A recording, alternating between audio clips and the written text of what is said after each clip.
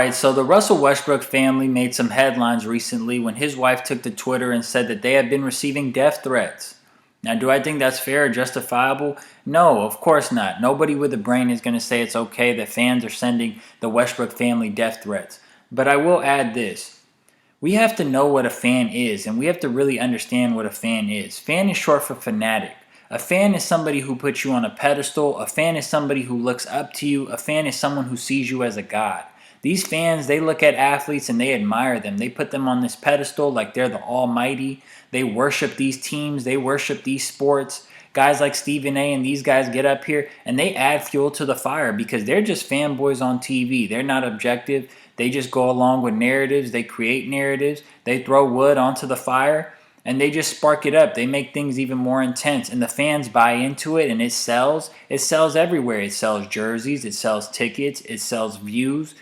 For these shows, it gets the ratings up. So it comes with the territory. When you're dealing with a fan is someone who's not really in their right mind. So they're going to ride with you in the highs, and when it gets low, they're going to get on you for the lows. And Westbrook's problem is he doesn't really ride it out during the lows. He doesn't take it on the chin. He goes back and forth with fans. We've seen videos of Westbrook fighting with fans over what appears to be a bunch of nothing, just them calling him Westbrook or them just criticizing his game or making little comments. He'll actually step up to them or turn around and start jawing back and forth with them or try to get them kicked out of the game.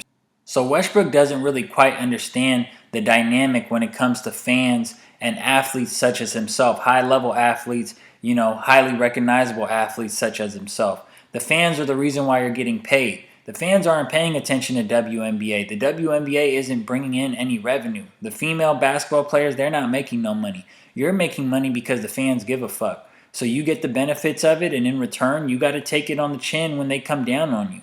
And because he goes back and forth and jaws with them, that's why it gets kind of ugly, and that's why they keep going at it. The fans know that they can get under Kevin Durant's skin. They know that they can get under Russell Westbrook's skin. I just saw a tweet today where a fan said that Kevin Durant should be persecuted because Kevin Durant fucked up his parlay. And KD retweeted him, and he responded, niggas be mad when this is what happens when they ticket don't hit, or he said something along the lines, I'm paraphrasing, but the fan responded and said, I was just joking around and I knew you would see this and respond. Like, come on, these guys know that you're going to respond to it. They know that they can get under certain people's skin. So when people know that they can do that to you, they push their limits, So Westbrook has to understand that, and he just needs to leave it alone, and then things will cool down a little bit. He also needs to get away from the Lakers. Because anytime you're on a team with LeBron James, if the team's not doing well, there's going to be a scapegoat. Even when the team's doing well, hell, there's going to be a bad game where you guys are just come out flat, and they're not going to say it's LeBron because LeBron's going to put up numbers. LeBron knows how to stat pad, and they're going to say, whose fault is it? They're going to look, and they're going to say, it's Westbrook or it's Kevin Love. There's always going to be someone to point to besides LeBron. So the brother just needs to keep that in context. And as far as the death threats go, look, I'm not going to tell no man what he should do, but hey, that's something you could take with the authorities. You could take that up with the authorities, or you can handle that however you feel like you need to handle it. If you feel like you can't bring your kids to the game, or you feel like you got to be secluded or safe or just stay out the way, I don't know. As a man, you're going to handle it how you handle it. But I can tell you, as far as the Westbrook jokes or the Westbrook jokes or anything like that, like, hey, man, it's fair game. That's what you get. You make the money to put up with that shit. It is what it is. So Stephen A. and Molly, they're going to talk about it, and I'll let the video play, and I'll chime in. Good morning. Welcome into First Take. I'm Molly Karen. That is Stephen A. Smith. And Stephen A., today is International Women's Day, so happy International... Man, nobody gives a fuck. That's not no real holiday, dude. National Women's Day to all the ladies. You've got this. Keep going. And my heart and prayers, of course, both of ours, are with all the women in Ukraine. As everybody knows that watches the show, I was raised by 5 women. So the thought... We know. We can tell. You didn't have to tell us you was raised by 5 women. Anybody who watches this show enough, or hell, even if you don't watch this show, if you just see the little viral videos, Stephen A., you could tell just by how emotional he is, or just how he doesn't really respond to arguments with logic sometimes, and you can tell he got a little bit of that girly vibe to him. As I'm concerned, every day is National Women's Day, International Women's Day. That's just the way it goes. I can get on board with that. Men who were raised by women know this. We're smart enough to know that. Speak for yourself, bro. And Molly not gonna let you tap that just because you're saying this type of stuff. Maybe she will. Maybe I'm giving Molly too much credit, but you just sound like a lame ass dude right now. And Stephen A., we're going to begin the show with a very strong woman, so let's get right to it. Get right to it. Russell Westbrook's wife, Nina, took to Twitter to detail the criticism in death wish. You guys notice how Molly's saying that Westbrook's wife is strong because she's speaking up? Like, because Westbrook's wife is launching tweets and stuff, that makes her strong? Like, you can't be strong unless you're super vocal and you going out your way to talk and stuff like that. Like, so if Westbrook's wife was concerned about these things and she told Westbrook to speak up about it or told Westbrook to handle that and they discussed it privately and she didn't jump to Twitter to talk about it, she wouldn't be strong. Like, if she goes on Twitter and she tweets this, everyone's going to say, oh, poor Westbrook family, like, poor Nina, that's not fair, that's not right. Nobody's going to, nobody rational is going to get on there and say, oh, Nina, what the fuck? Like, yeah, you guys deserve the death threat. So is it really does it really make her strong that she took to Twitter and launched a couple tweets? I mean, I'm just saying. Her family has received in her husband's first season with the Lakers, tweeting this: when I'm being harassed on a daily basis over basketball games and I'm having obscenities and death wishes. The basketball game, she put it out there like over basketball games. I'm being harassed over basketball games. The basketball games is what's funding your guys' lifestyle. And the basketball games is what these fans go crazy about because once again, these fans is short for fanatics. These fans worship your husband. These fans worship Russell Westbrook when he's doing good and they go crazy, they attack him. The love turns to hate as soon as he does bad. It comes with the territory. For me and my family sent my way because you're expressing your truth. It's hard for me to get on board with that. As far as my husband goes, he is his own person. I don't need to defend him. I love and support him through all the unwarranted hate and negativity that he receives. I speak up and share my experience and knowledge for those who do not have a voice. Russell then also addressed the harassment they've been subject to, saying he and his wife are speaking out for two reasons: to defend the honor of the family name and to protect their children. Once it starts to affect my family, my wife, even today, my mom said something about it today, and it affects them even going to games. I don't even want to bring my kids to the game because I don't want them to hear people calling their dad nicknames and out of their name for no reason. Because serious question though, does Westbrook not have anybody in his inner circle, any friends, any family? Like, does he not have anybody around him that will tell him like, yo, like your shot selection is terrible or you're just a bad decision maker? Because Westbrook really has all the tools. I mean, he can't shoot, but Westbrook, he can rebound. He's athletic. He has good size. He could finish. Like, Westbrook, he was a triple-double king for a reason. He's won an MVP for a reason. Like, he can do things on the court. It's just like his decision-making and timing is just so bad. Like, did nobody pull him aside and say, hey, bro, like, you got to slow down a little bit. Think about the game a little more. Like, think it out. Like, basketball isn't just all athleticism. That's what people get confused about basketball. Basketball is a skill game. If basketball was all athleticism, Russell Westbrook would be the Michael Jordan of this era, right? Wouldn't he? But he's not. Like, even the year that he won MVP, some people would have argued he wasn't a top 10 player in the NBA. That season, in the regular season, yeah, he was. Of course, he was MVP. But people would have still took like 10 guys over him, right? So athleticism isn't everything. And it just feels like he has a bunch of yes men around him that are just like, oh, yeah, bro, you're the triple-double king. Oh, yeah, bro, block out the haters. Like, has anybody in that group stopped to think, like, why the fans are so upset with him? He's missing, like, he's shooting elbow jumpers off the backboard and hitting nothing but backboard consistently. Like, every time he shoots that elbow jumper, it's going straight off the backboard and not touching the rim. And he continues to shoot it. My God. Because he's playing the game that he loves. And it's gotten so bad where, my family don't even want to go to home games, to any game, because of because you suck. Not just the media across the globe use their platforms to constantly shame me. It's just super unfortunate, man. And it's super upsetting to me, and I'm at a point, to where I'm going to continue to address it. It's just, No, that's the problem. You keep adding more fuel to the fire because you keep going back and forth. But then you want to complain when it gets taken too far. Just leave it. Just leave it. Let it die out. But I will say this in his defense, shows like especially Undisputed with Skip and Shannon, that's the first one that comes to mind. But really, all these sports shows, they have a segment on Russell Westbrook every day.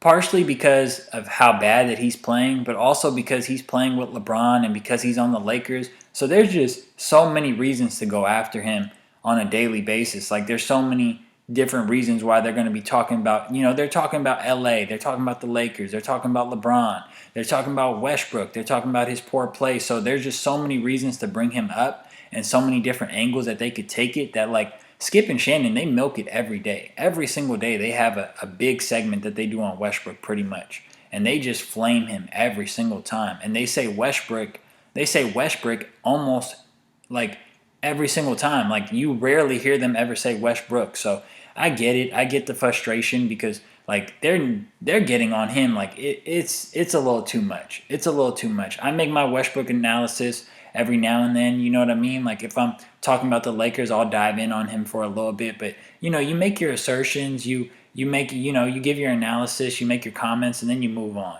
You don't have to just beat a dead horse all the time. unfortunate. It's unfortunate. It's beyond the pale and it's gone too far. Stephen A., your reaction to this entire situation involving Russell Westbrook and his family in his first season with the Lakers? Couple of things. First and last season with the Lakers, he getting the hell up out of Dodge at the end of this season. If he ain't trying to, the team's gonna make sure that he gets out of there. I think it's gonna be mutual. They're both gonna wanna. The Lakers and Westbrook are both gonna want to part ways, which kind of sucks because he's from LA. So you wish it could have played out better for the brother, but it is what it is.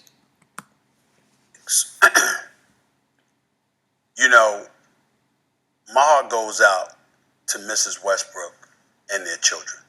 I want to say that. There's no excuse for this. There are some despicable, reprehensible people in this world who will use every excuse under the sun to spew venom and beyond. Death wishes. Yeah, like fanboys are really just fag boys. Like the Matt Nagy situation in Chicago when I don't know if you brothers heard the story, but around Thanksgiving time he went to his son's high school football game. This is around the holidays. Like everybody's supposed to be in a good mood or whatever, but he went to his son's football game and the crowd just started booing him and they were chanting "Fire Matt Nagy," And all he was trying to do was go watch his son's high school football game, and now the high school crowd's chanting "Fire Matt Nagy," So fans are ridiculous. Fans, fanboys, fag boys, it's interchangeable. To a wife and a family, first of all, that's inexcusable under any circumstances. But particularly when you consider the times that we're living in. The fact that anybody would do something like that to his family, it's terrorizing and it's inexcusable, and nobody on the planet should condone in any way that kind of behavior towards anybody. That's number one. What accountability is the media going to take for this, though? Is the media going to shoulder any of the blame and say, hey, we're part of the reason why this got so bad? Probably not, but they should. Having said that, I definitely understand what Russell Westbrook is feeling when he spoke at his post-game conference, because you're a man, and any man worth his salt that's worth anything knows that his number one responsibility to his family is to provide and protect. And teach, if you're wise enough to teach. Provide and protect. And not necessarily in that order sometimes, but always to protect.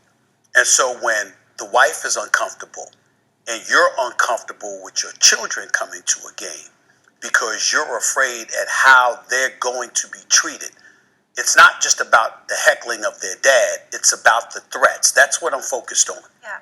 There's no place for it. It's inexcusable. As far as I'm concerned, we should do everything we can to find out who the hell those people are, have them arrested. That's how I feel about it. Yeah, I'm not mad at it. Death threats are too much. Because it's inexcusable. Having said all of that, Russell Westbrook himself, and I'm speaking to the man that is the star basketball player for the Los Angeles Lakers, with all due respect, my brother.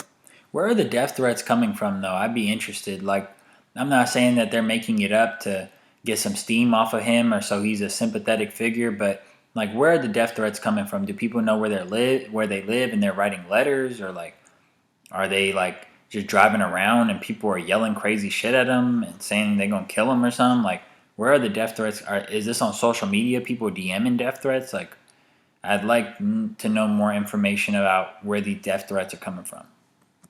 You do not get a pass here. And I'm going to say that loud and clear. Because what we're going to do is we're going to chronicle everything involving Russell Westbrook. And that's where this gets thick. Russell Westbrook shouldn't be threatened. Russell Westbrook shouldn't have to deal with his family being threatened. That is entirely true. You being heckled as a basketball player is not beyond the pale. Let him know. It's not beyond the scope. Fans do have a right to boo you. I've never called you Westbrook, but the bottom line I sure have. is you know what Westbrook means. It means that you can't shoot. It means you be bricking shit. You be building a motherfucking house, bro. And being that you are a player in this league, getting the minutes that you're getting, you are statistically speaking the worst three-point shooter in basketball. Russell Westbrook, for a player that shoots as many threes as he does, because it feels like he pulls up from three a couple times a game. For a player that shoots as many threes as he does, he's actually cooled down a little bit this season, I feel like. I feel like I've seen him shooting less threes. That's just what my eye test tells me. But for a player that shoots as many threes as he does, he might be the worst three-point shooter in NBA history. Like, there's no player... I want to go out on a limb and say there's no player who shot that many threes as Westbrook, and was that bad of a three-point shooter. Like, he cannot really shoot threes at all. He shoots deep range jump shots off backboard. Like, you should not be shooting from that far away if you're a guy who shoots off backboard. Tim Duncan was not pulling threes. Tim Duncan was the king of the glass, you know? And Westbrook shoots from like way further out than Tim Duncan did. And he's trying to shoot off glass too. And he doesn't have the touch that Duncan had. It's too much. Let's understand that. That's who you are. You're one of the league leaders in turnovers. Those are relevant nuggets of information that you cannot escape. But even that, here's where Russell Westbrook, to me, and I'm paying attention to what he said in the post-game conference. This is where Russell Westbrook has to come into play, and as Magic Johnson, the great Irvin Magic Johnson, the five-time champion as a point guard for the Los Angeles Lakers, Magic Johnson, so eloquently stated on NBA Countdown this past Saturday with all of us standing courtside next to him. He talked about Russell Westbrook accepting accountability. Well, there are reports that you're tussling with the coach. You've been on the record saying that they got you all over the place, ask you to do one thing one day, ask you to do something else another day. All of those things may be... Because every time they ask you to do something, you're fucking up. ...very, very valid. But what's innocent... You weren't put in a position to win anyway. You and LeBron were never going to work. I said that after the first game against the Warriors on opening night. I thought LeBron had something up his sleeve, or he was going to get Westbrook to maybe buy in a little bit. So I said, let me just watch one game. And after the first game against the Warriors, I took the Warriors. I think it was Warriors. I want to say, were they minus 3.5 or plus? I think they were plus 3.5 at Lakers. Yeah, that sounds right. They were plus 3.5 at Lakers. I took Warriors in that opening night. And after the Warriors won that game, I said, yo, the Lakers, they should just trade Westbrook because this isn't going to work. It was obvious. Inescapable, and what's undeniable is that it's inexcusable as the behavior of some fans may be towards you. And while your family clearly doesn't deserve any of it, and neither do you as it pertains to threats, the heckling part is what I'm talking about. My brother, you brought that on yourself. Indeed, he did, and I don't see it getting any better with Los Angeles, with the fans of Los Angeles. If he wants to play and not be booed, he's going to have to go somewhere else, go to a team that's a little desperate and that will just be happy to have Westbrook making some highlight plays and doing some Westbrook shit. I've been saying for the longest, Westbrook to New York. If you could trade Westbrook in a draft pick and you could get Evan Fournier and Nerlens Noel's back, Westbrook and maybe another role player get Noel and Fournier back. Now you got the Lakers with two wing players. Maybe you put Reeves and Fournier in the starting lineup, and you got AD and Noel's, and you got LeBron running the point. That would be okay for the Lakers. They ain't winning shit, but that would make them better than what they are now. And then for the Knicks, the Lakers, they would make it interesting as long as AD stayed healthy, but we know that AD is not going to stay healthy. And for the Knicks, you got RJ Barrett, who he's not shooting the highest percentage from the field. He's not super efficient, but he's been scoring a lot of points lately. As much as I give that brother flack, he's been scoring a lot of points lately. So you build around RJ, you make a trade for Zion or something. Now you got Zion to the left of RJ. You got Russell Westbrook to the right, making a bunch of highlights, up and down pace. You got Obi Toppin. You got Emmanuel Quickly. You run around. That team, you fire Thibodeau and you get an offensive guy in there or somebody to push the tempo a little bit. That team's not going to beat no world beaters in the Eastern Conference, but they'd be more entertaining and, they'd make some noise in a play-in tournament or in the first round or some shit. Better than the Knicks are doing right now. So that's a situation that I could see Westbrook thriving a little bit better in than Los Angeles. But Westbrook's style of play makes it kind of hard for him to fit into anywhere at this point. I think it's unfortunate if his family has really been receiving death threats. I don't wish that on anybody. But he got to know that it comes with the territory, especially when he's barking back at the dogs. So he has to know his role and he has to understand what a fan is. And a lot of you brothers, man, a lot of you brothers who watch the videos are probably just super fanboys who are just like over the top about your favorite player or your favorite team. Just drop that shit, bro. Get a girlfriend, go read a book, hit the gym, get your mind on higher things, work on yourself. Don't be over here idolizing guys who bleed just like you. These guys are human beings at the end of the day. What they do, they're excellent at, but you have gifts too, and you can become excellent at your gifts if you put your mind to it, So don't be putting these guys on a pedestal like, man, there's really people that, we all know guys who, if their football team has a bad season or if their favorite player gets hurt or something, it's like it actually fucks with their mood. Like guys be actually upset or be down because their team isn't having a good year or some shit like that. Like, yo, you're in way too deep. Relax. So that's all I got to say about this. We'll see. We'll see what persists. We'll see if we get any new information that comes along about the death threats or what goes on as this season winds down. But thanks for watching. Peace.